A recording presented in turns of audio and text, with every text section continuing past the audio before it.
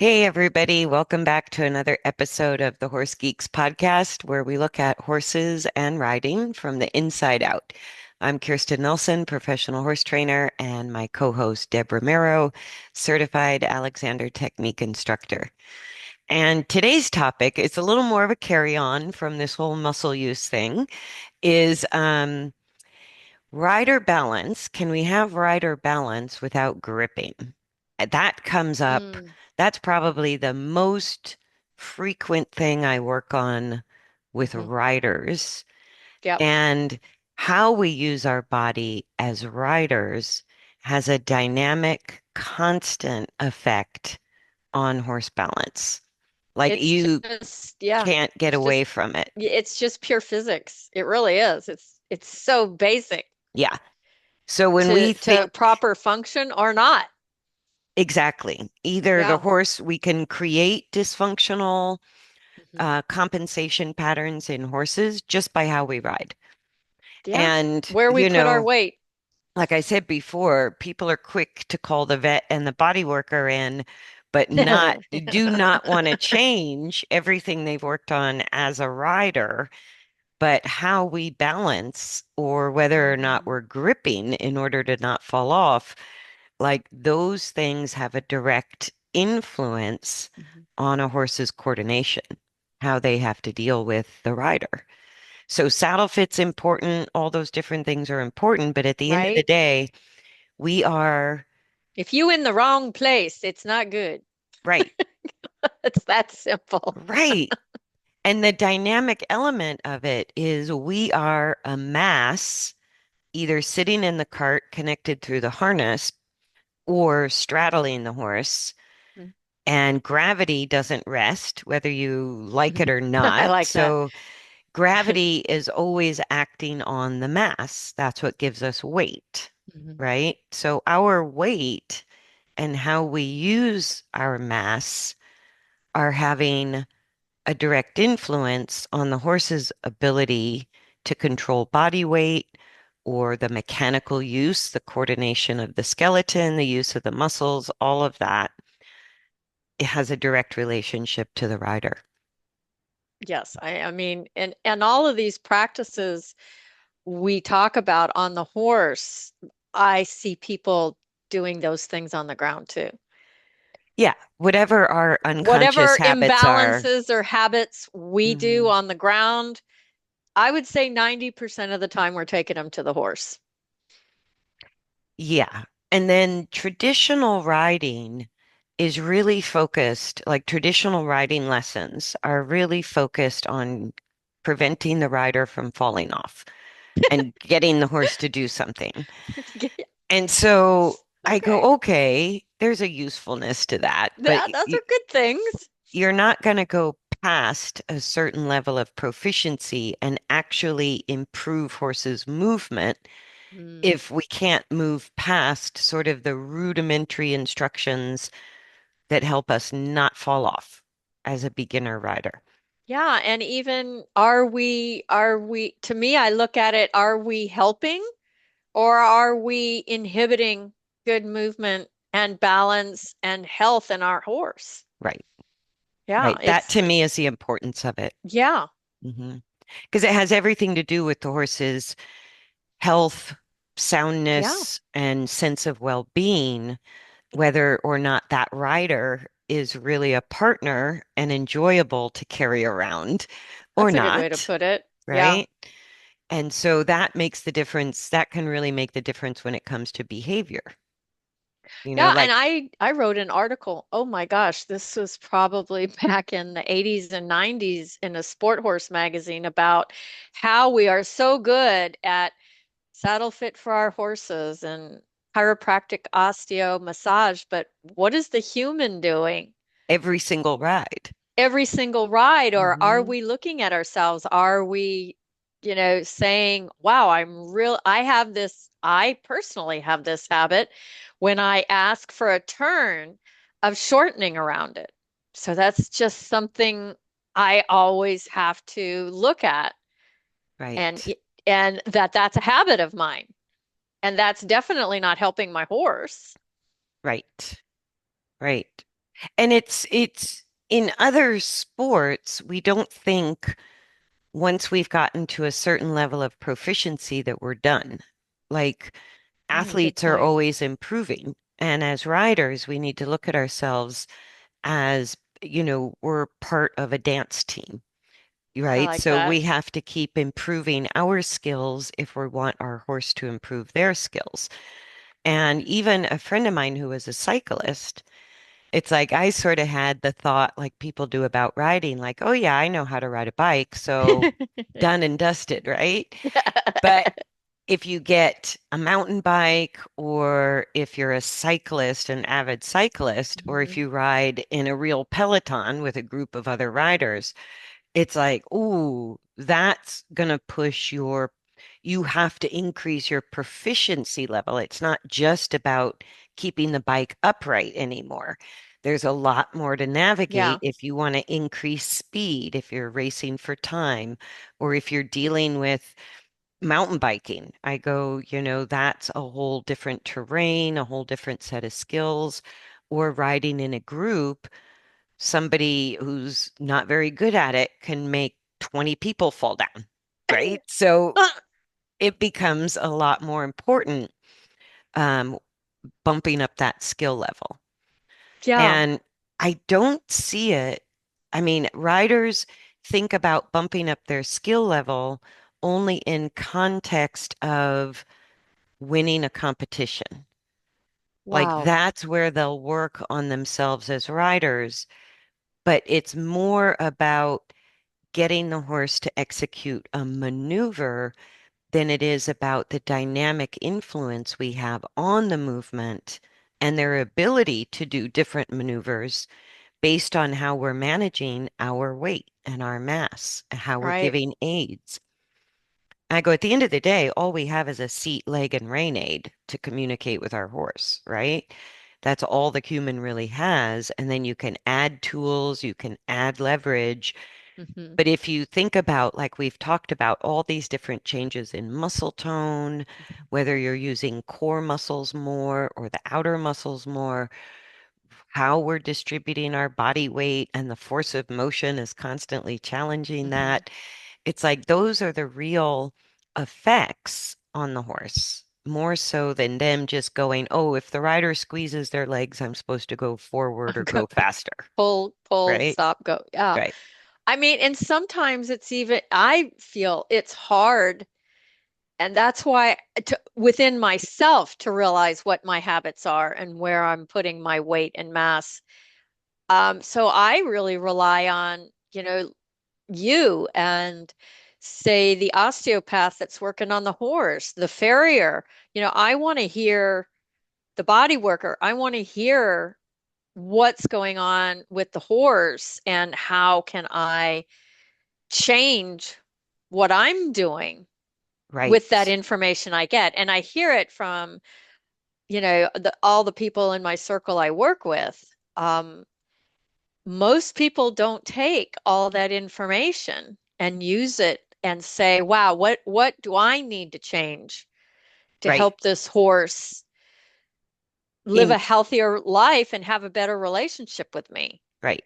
How do I need to adjust either how I'm riding or how I'm training? Yeah. Because the body worker, the farrier, the vet can alert us Hmm. to patterns of weight distribution and patterns of muscle tension Yeah. that have accumulated maybe to a point where health is compromised or soundness is compromised. And a lot of times it has to get that bad before people are willing That's true. to kind of look at what can I change or what needs to change. And Right. before there becomes sort of a health crisis, there's usually frustrating behavior, Mm. lack of cooperation. The horse won't sustain forward energy or won't slow down, simple Right. things like that, or it's hard to turn, or the left and right directions are not equal, the left and right Hmm. leads are not equal. And all of that information and training, we're very quick to label as obedient or disobedient, Right. right? And not look a little deeper. And what I find is with rehabbing horses that even the horses that were highly defensive and labeled as difficult, when they feel safe and comfortable inside their own skin, they really want to cooperate. They're Mhm. not trying to ruin our day. They're not trying to make things difficult for us. They're just constantly telling us, yes, I can do that. That's easy. That's not so easy. I really can't do that. I really can't. No matter how many times you ask me, I still Right can't do now. it. I still can't Yeah, do that right now. Yeah, and I mean, if you think of the basics, it's like these creatures could kill us. I know, right? They're they're so kind to put up with all of our bad use, as I call it. Yeah. Yeah. And I always look at it like, riders and horses are kind of doing the best they can with what they know. Mhm. And if we don't look at how do we improve our skills, how do we take the skills we have at any level of riding, and once we start to have problems, either in performance or health issues, or we're getting feedback from a vet, a farrier, a body worker, how do we look at making those changes, right? Yeah, and then the same thing with us. What happens if every time I ride, when I'm done, my left leg is killing me? There there may be a sign that we need to reevaluate what I'm doing when I'm riding. Right. And as much as you and I talk about this, and as aware as I am, I had two horses here at my barn, and I would get off of both of them and go, wow, that old injury in my right knee is really getting my attention. It's kind of painful. Uh, What could I change while I'm riding? hmm And what I had to do was just drop my stirrups and change what I was paying attention to figure out what I was doing to myself unconsciously that was creating pain in my right knee every time I rode either one of these two horses. And I Interesting. go, so because it only happened on these two horses, not all four horses or five horses or every horse, it's like, okay, there's some combination of what I'm doing with these particular horses that I'm not aware of. So it has a little bit to do with their habits of balance and coordination and mine. I think what I really heard from that from you is that point of being, it's okay to be curious and do something like drop your stirrups and go, what am I doing? What subconscious feedback am I giving Right. that's causing this? And just be curious enough. There's no right or wrong to just question and be curious about change. Yeah, and it slows down. A lot of people don't have the patience for it because That's a good point. it really, our nervous system is really intricately linked with the horse that we ride the most. That's a good point. And sort of just respecting the power of that. I go, when I Mhm. get on a horse for the first time that I've never ridden before, my nervous system is fresh. I have no A really preconceived good point. notions, right? So I can feel what that horse is really offering because I have zero expectations. I don't know what to expect. And Wow. to kind of hit that refresh button when you're riding the same horse over a long period of time is difficult. And we have to use different strategies to even become aware of these habits that become symbiotic between a horse and a rider. Or even our thought process of our last ride, bringing the past. Oh, the last time we had turning to the left was a problem. So are we already not, like you said, we're not refreshing our mind. Right. We're going with that thought of that problem is there. It's been there for 2 weeks, so it's going to be It's there going to be today. there. But Yeah. actually getting on with fresh eyes every ride Yeah. to me is really important. I get on and say, well, where are we today? Yeah.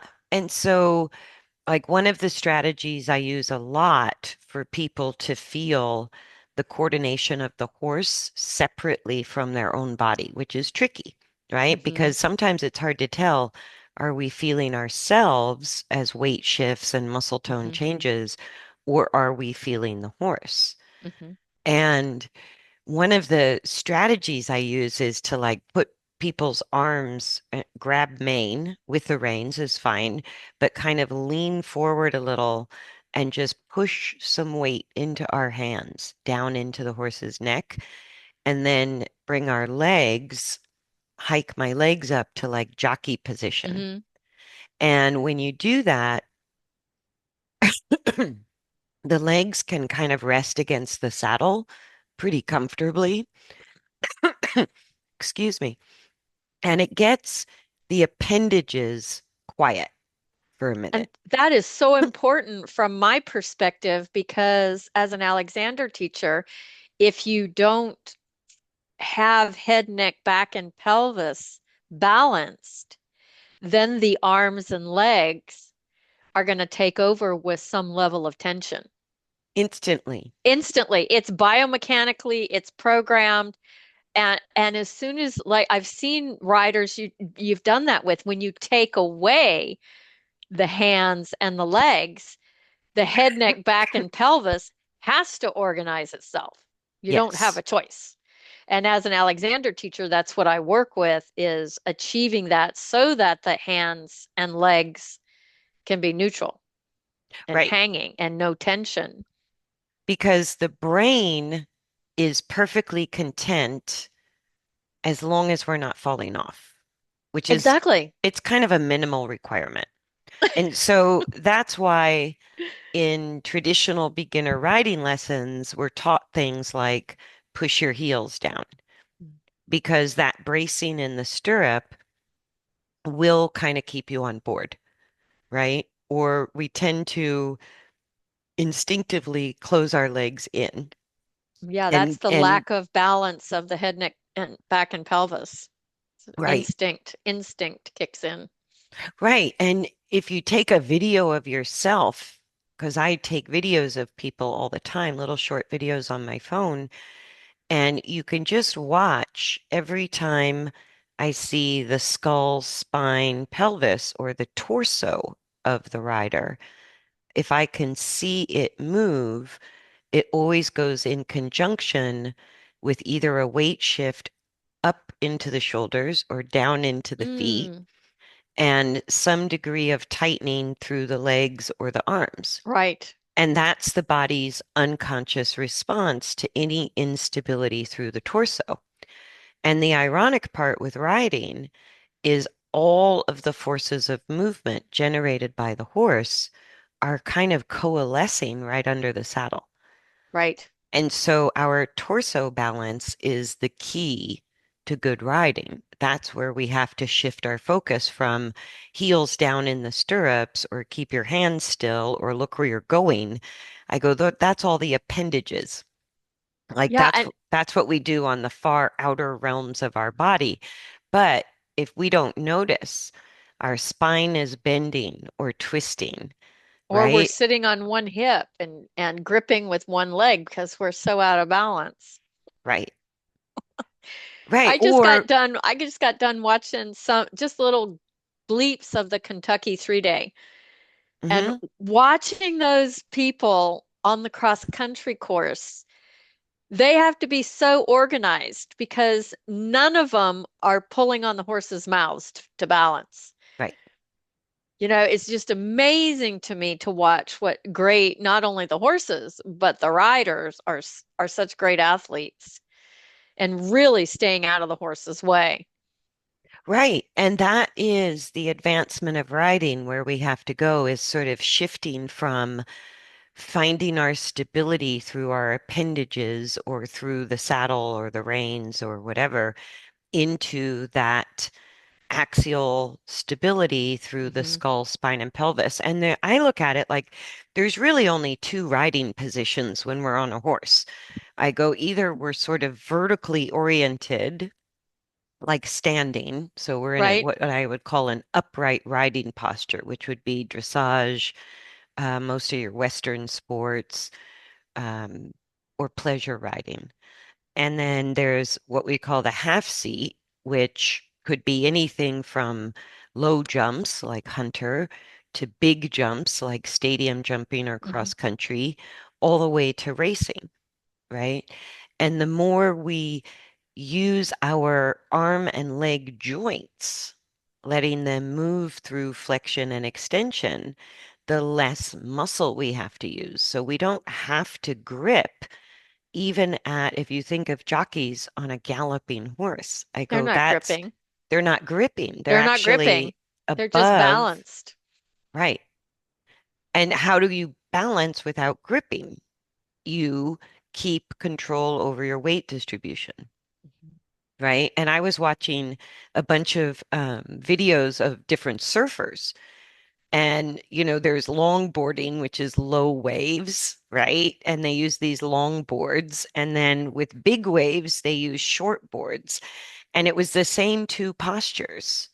So on less force from the wave, the surfer can be in that upright standing position, right? Hanging 10 off the front of the surfboard.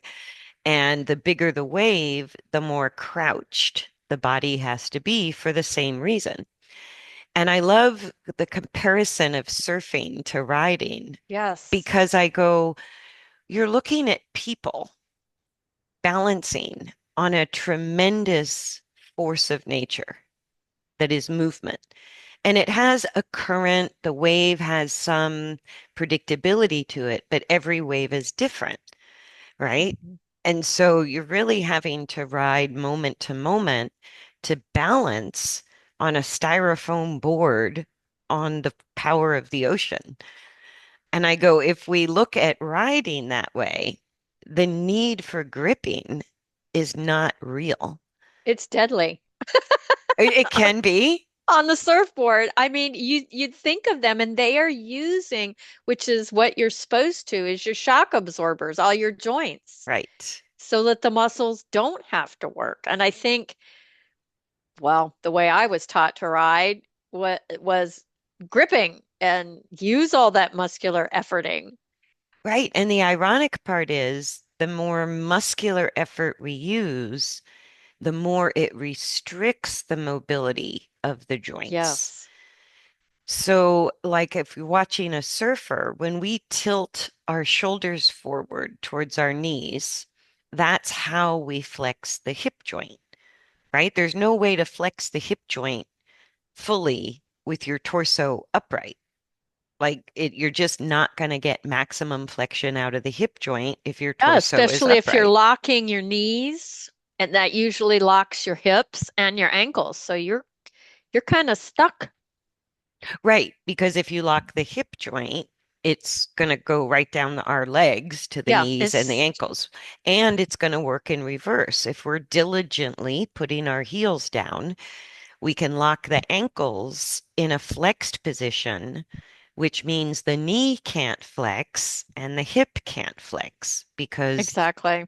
so if I look at a good jockey, a good jump rider, that sort of angle between the torso and the thigh bone is a very similar angle between the thigh bone and the lower leg bones at the knee, Hmm. and then between the lower leg bones and the foot at the ankle. So those angles are going to be pretty similar. And I watch that with surfers. If they're really crouched down, sometimes their shoulders are almost touching their knees, right? Right. But there's a straight line from the skull through the spine to the seat bones in that deep bend. And that's what gives the legs the ability to absorb all those strong forces of motion. So if we're jumping big jumps, going at high speeds, making tight turns, that half seat in the rider is for the purpose of keeping the torso stable and letting the legs and arms act like shock absorbers for more and more force. That's why you said when you watched really good riders going cross country, their torso doesn't move much, right? And the But what joints, it appears that they are, but what's really happening is they're using their joints. They're really using their pelvis. And some of them when they're going over jumps down into water, you think they're using muscular effort, but what they're actually doing is trying to balance over gravity right, with all this force underneath them. Right. They're not gripping. If they had gripped, I can't imagine I don't know what would happen, but they're doing the total opposite. They are on pure balance mode. And that's what really good riding is. And it's no different than watching these videos of surfers. Some of them take 18 different postures on the surfboard as they're coming in through a wave, and they can move up and down the board. They can adjust to be more crouched or more upright. They can turn. And what they're really doing is they're in precise control over their own body weight while they're on a moving force. Because the way you fall off a surfboard, for sure, is to start tightening muscles and losing the ability to open and close your shoulder joint, elbow joints, hip joint, knee joint, ankle joints, right? If you can't adapt through weight distribution shifts, then the body automatically tightens muscle. And with Right. no, there are no stirrups, there's no horn, there's no night latch or oh shit strap. There's nothing to grab. There's no Right. mane, there's nothing you can grab that has substance when you're surfing. So I go, if we learn to ride in the same way, that's how we actually have a positive influence on our horse's coordination. And I Not think it was real important that you said adapt. You have to have the information like the surfer and adapt and move and use your skill to do that. exactly. Yeah.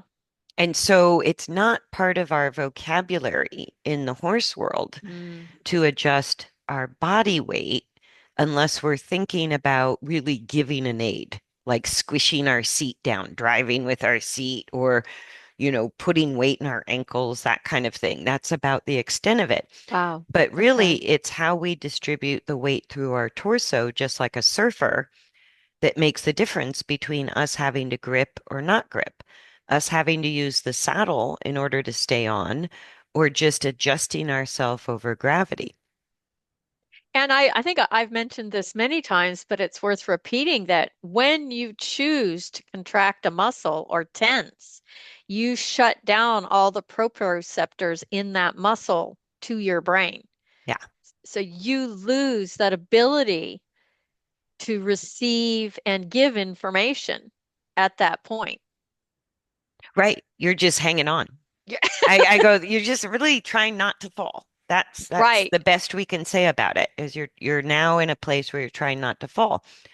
And surfing, at least you fall into the water, but it's like with riding, you kind of hit the ground pretty hard. So we really work harder to never fall. But that is what kind of ends up holding us back in a sense, Yeah, I is we agree. we develop Yeah. habits around not falling off that sometimes inhibit our ability to sense our body weight relative to the waves of force that the horse is producing. But if when we learn to ride those waves, just like a surfer, we're actually more secure with less effort. And we feel Yes. more because we're not just gripping and, on our own Right. feedback loop. And And I think the best way for me is always, and if you need somebody to lead your horse, you feel safe, is to close your eyes. yeah, that wakes up your sensitivity That to it. that can be real overwhelming, but that's how much information is actually coming towards us. Yeah, And it's really takes a lot of practice. So give yourself a pat on the back for just exploring it because changing that subconscious level of gripping right. takes time. It's not easy. Yeah. So, like hiking our knees up over the front of the saddle and putting some weight in our hands, grabbing the horse's mane, makes it almost impossible to use our arms and legs that way Yes, for you've taken gripping. that out of the You equation. just kind of take it out. And the look on people's face is always amazing and it's always the same. It's like all of a sudden we're aware of how much force in the horse's movement just at the walk with somebody leading you. Yeah. It's like how much force is coming into our torso through the saddle. Yeah. And it's And a, the saddle muffles it too. I mean, the true thing is getting on bareback, and there's a lot of information. or even through the saddle. It's like it doesn't really matter because we start to feel every stride the horse takes, there Hmm. is a wave of force that's affecting our torso. And I think as humans, we're used to balancing on our feet. And the Hmm. challenge with riding is that's not the best point of reference. Right. We actually have to feel through our pelvis, spine, and head where we are. So, and I think you even, as an Alexander technique instructor, you have a horse stand, I do. yeah, that you had made, and it's nice and wide and safe. But in order to help people realize what's happening in the torso, that's how you take their legs out of gravity. That's how you Right. take the legs away. And people can mimic that, in the barn if you've got a sturdy, even some of those old wooden saddle stands are great. Or a And horse. or horse. I go, that's what happens is when we get on a horse, our feet are out of direct contact with gravity. Right. And so we instinctually kind of look for the stirrups as the replacement to the ground, Security blanket. right? But it really isn't. Like the rider balance on a horse has to be through the pelvis and spine, through the Hmm. torso. And so, and nobody told me about that. I Like never heard that that in was not growing up. verbalized in any way, shape, or form. Mm-mm. But through observation and really looking at good riders, the ones that look effortless, the ones that look Hmm. like during, I remember watching old badminton videos, and I think it was Mary King or Mary, I can't remember her name. She just looked like she was out on a Sunday ride galloping through the cross country course at badminton. There was Yeah, just an effortlessness to the ride. And we see great riders like that where we don't see them move. They just look like they're stable no matter what the horse is doing. And we don't see a lot of gripping or tension or wobbling or anything like that. There's an absence of movement in the rider. And that's true. that's somebody who's learned how to adjust their body weight to that wave of force, just like a surfer. And the timing and feel. If you can figure that out, because that's the key.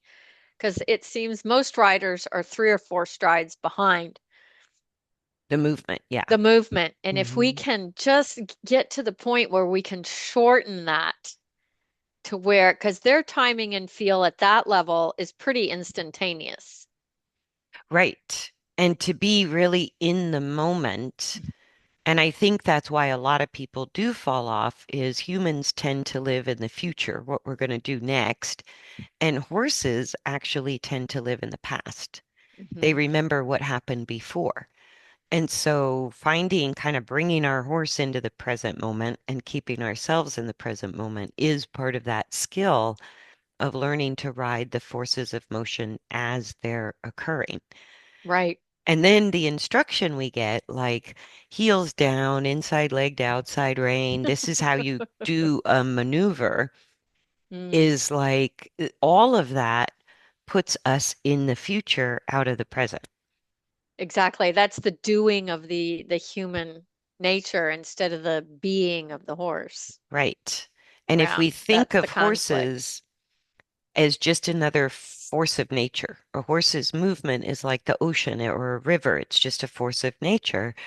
And the fun part of surfing or kayaking or playing around in water is the fun part to me is kind of navigating your way through those forces or currents or waves and having a good time with it. And that's what I experience in riding when I don't have this agenda of Good what we're point. going to do. And I'm just kind of feeling my way into a maneuver.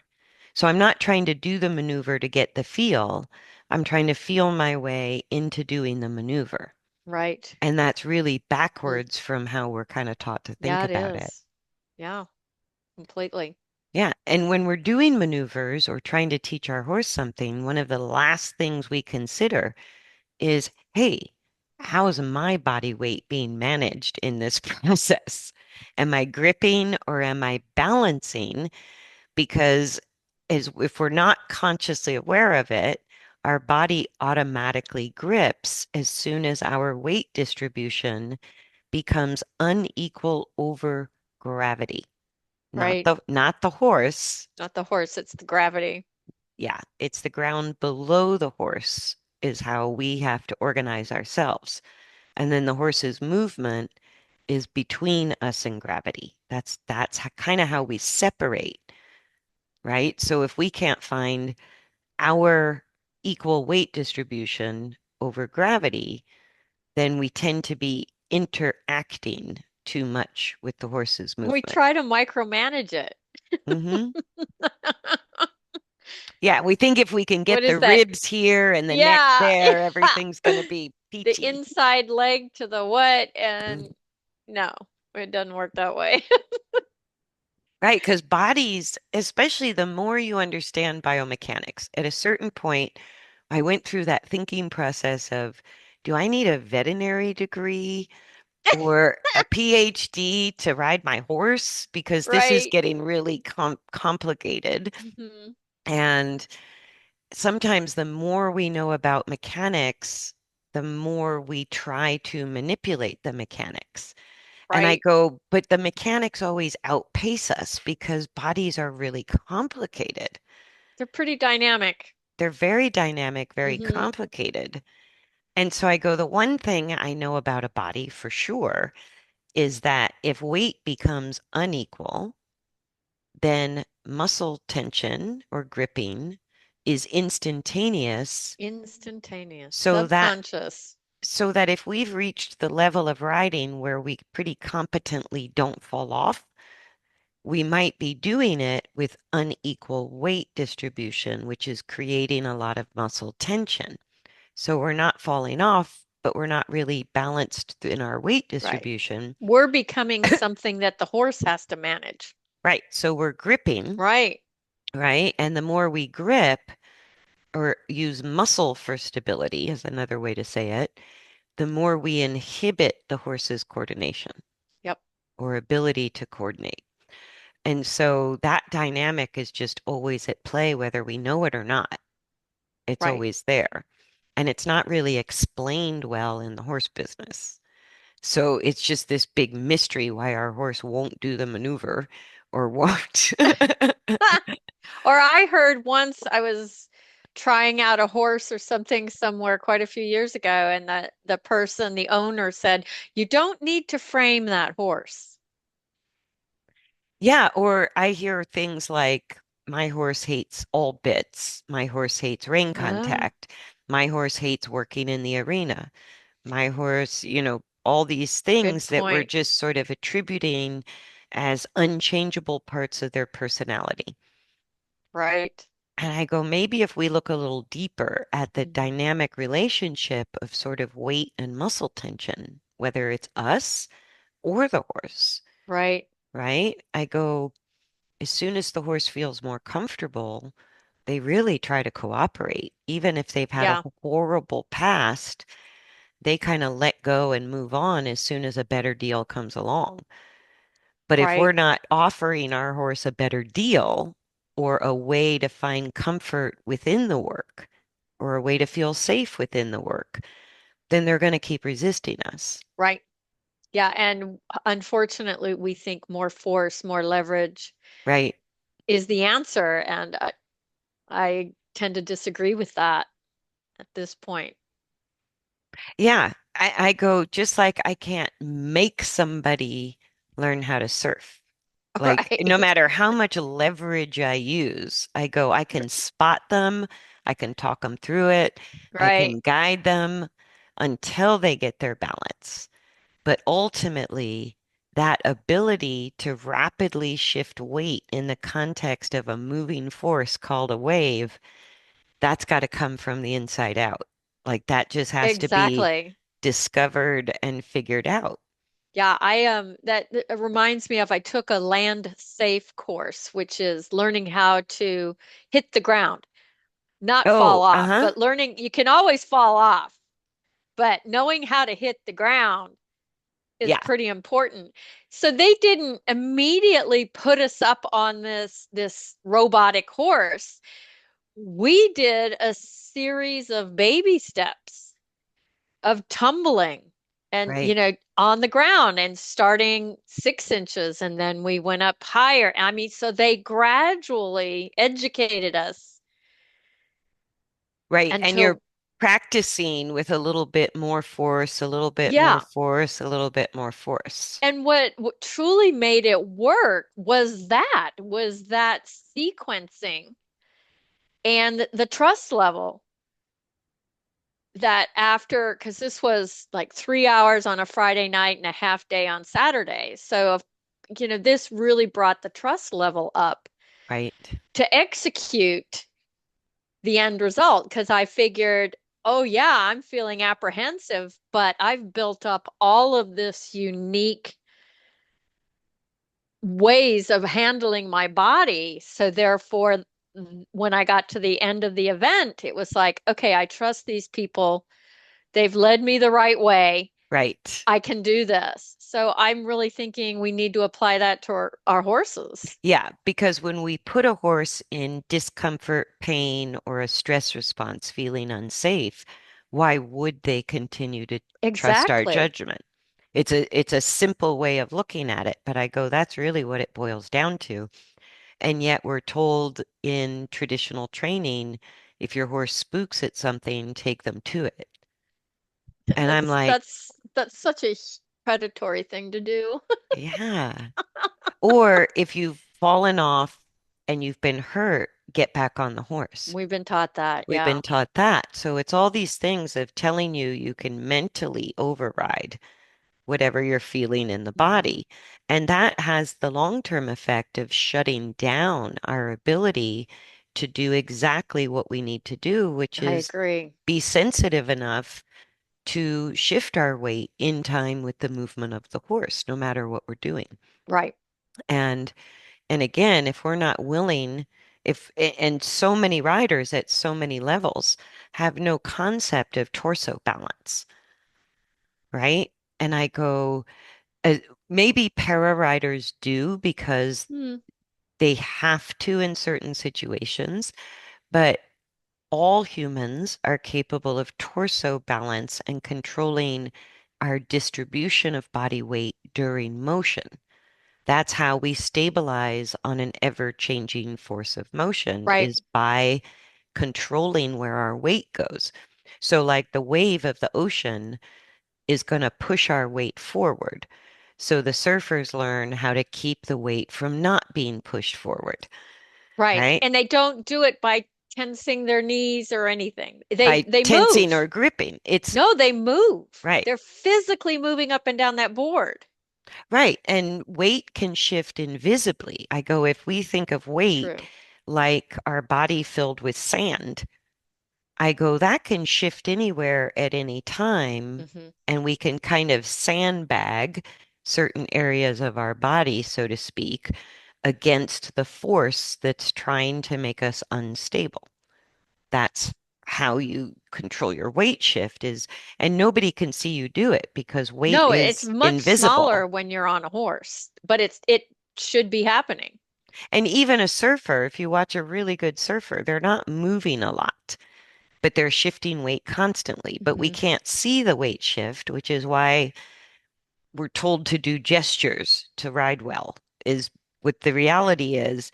A really good rider looks like they're doing nothing on the outside, but inside there's a constant shifting of sand, a Yes. constant adjustment of weight depending Hmm. on how the horse is moving or what the horse is doing. And if I take an advanced rider, they don't know how to do that most of the time. Wow. And if we're rehabbing a horse, the only way to restore soundness or health or safe behavior with some horses is you have to do that Hmm. to get the horse back to cooperating or soundness. And all horses respond to that because it's physics, because it's dynamic. And And they get it. I mean, we're the ones who need to catch up. right, because they're the Yeah. ones coping with our Us. mass. Yeah, They're the ones coping exactly. with our unequal weight distribution, our muscles gripping. So as soon as we balance ourselves, the horses respond to that because there's so much more ease for them. They're Hmm. like, okay, I can try to do that for you now. Or Yep. I don't feel so threatened because you're managing yourself, Right. which makes the horse's job instantly easier. But you have to go back, like you're describing with the tumbling. In order Hmm. to learn how to fall, you couldn't do it from the highest Mm-mm. height at the fastest speed. And Right. somehow, as humans, we think, I'm only going to learn how to trot by trotting. And I go, no, you can learn how to even post the trot before you trot. There's lots of ways to do that. Or like I Or say, you can have Alexander lessons on the ground that are going to significantly influence how you ride. absolutely, they help Yeah. my riding Yeah. tremendously. So, even if you're in a situation you can't ride right now, there's still a lot you can do with yourself on the ground to improve your ability to balance on a horse. Right. And I think once we've hit a certain level, quote unquote, of riding, we think it's beneath us to have somebody lead us What? around on a horse and, you know, monkey around with our own riding skills. I love that. I love being able to completely tune in to my body and their body. Yeah. Yeah. And without that awareness, the old habits, the default setting that we developed on our first riding lesson, heels down, close your legs in, blah, blah, blah, those patterns remain unless we actively go in there and reboot the system. And I go, it's Right. that rebooting or that clearing the cache or however you want to look at it. It's like that takes slowing everything down, like the tumbling, Exactly. building it up gradually, because every tumble you did before you trusted the people to do the big tumble, you're you're reinforcing neural pathways, which is Right. And what that we call muscle memory. you have to change your neuromotor pathways Yeah. to get anywhere, and that takes time. Yeah, there's no shortcut There's no shortcut. and there's no cheating and there's no way to speed up that process Mm-mm. for any particular person or horse. I go, it kind of clicks in when it clicks in. And I never know when that's going to happen, but I can recognize when it happens. And so then we have to get familiar with that feeling to replace it as an unconscious habit. Because once we're at the show, there's a lot of environmental There's stimulation. stimulus. Yeah. There's a lot more stressors. There's a lot more things to think about, right? Or even doing your dressage test or your jump course, it's like you have to remember the pattern or the sequence that you're supposed to go in. There's no room left to also think about how you're balancing or how your horse is balancing. Right. And I That's go, like me way back when I tried to walk over a pole with a horse. Couldn't even do that without gripping. I thought, great, here I am right. again. Right. So that's just like you described with this slow increase of challenge with tumbling. Every time it got faster or higher, your first instinctual response is to go, am I okay? Yep. Right?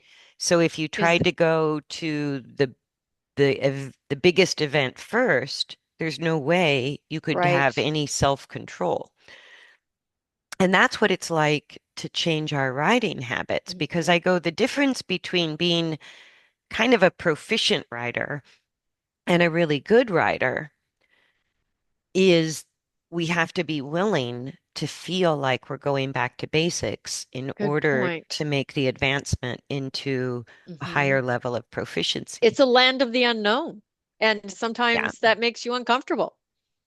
It really bothers people because they're like, Yeah. why am I doing this beginner stuff, right? I'm an advanced rider. Why do you want me to do beginner stuff in order to get more advanced as a rider? Because we think adding faster speeds, tighter turns, more Good complicated point. maneuvers, that's the sign of advancement, right? But I go the more complicated or the more forces of motion we're dealing with a horse, the more we're relying on what we've programmed into our unconscious habits. Right. I go, so we're either ready for that or we're not, but just going and doing it with our current programming is maybe why these advancements feel frustrating or they're not working. Hmm. We're Because, going with our old tapes instead of throwing those old tapes out and going into the unknown right. and just being with it, sitting with it. And one of the most beautifully balanced riders I ever saw, it was just a video on TikTok. This Native American guy, there's these horse races where they do relays I or love that just stuff. flat out races. And Yeah. when they're riding, these guys are riding thoroughbreds. And this one guy who had a bunch of TikTok videos up, he was just amazing. And I can't think of his name right now, but there was a video of him coming down the home stretch on a race, and they're racing bareback. They have a Mhm. snaffle bit in these horses' mouth, and they're riding bareback, and they've got no protective gear on whatsoever, and usually in socks, not So shoes. they're in Shorts, like shorts and no t-shirts. I mean, shorts, t-shirts, or bare-chested, and yeah, it's socks. amazing. And these videos are, the horse acts up and starts rearing, and the guy hangs with it, gets off, gets back on while the horse is still moving. It's just amazing. And then coming down the home stretch, it was in slow motion. It was so cool to see because you can see a horse that he kind of dropped the reins at one point and was Mhm. pretending to take an invisible bow or arrow out of his quiver and shoot a bow and arrow while he's galloping down the home stretch, right? And to watch him, his skull, spine, and pelvis, his whole torso just looked like it wasn't moving at all. And his legs were just kind of flopping with the movement of the horse. Mhm. And he's controlling his arms to shoot this invisible bow and arrow. And the reins are on the horse's neck. And you could really see how big the movement is in the horse at a gallop, Mhm. how much that neck stretches forward and comes back, how much the feet come off the ground at the gallop and create an upward moment of suspension.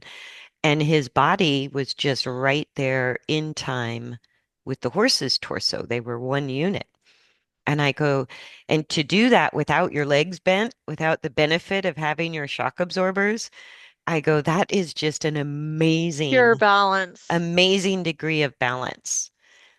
And to just see that that's possible in a human body on a galloping horse means I don't have any more excuses. I really don't need to be gripping. It's not They don't have fancy necessary. anything. Right, There's no fancy anything in that. It's right. just pure physics, people. It is. It's just two Pure bodies moving physics. together. And it was like watching a really good surfer on a wave because there was zero gripping. Even though we have the ability to grip the horse's mane or the barrel or equipment, it doesn't mean that's how we balance. Right. And it's just so beautiful to see that degree of self-control on, I've galloped horses. I go, that's a lot of force, Right. right? And to just have this calm, stable suppleness. And even sort of the funny part of shooting off a bow and arrow down the home stretch and, an invisible bow and arrow, I go, that's just cool, Yeah. right? So when we're thinking about riding, it's like if we can just put our ego aside and kind of go back to being a beginner, like what do I feel on this horse? Especially the horses I ride the most, I fall into the same human pitfall of either expecting they're going to be kind of similar in the next ride, or That's a mindset that yeah, we got to let go of.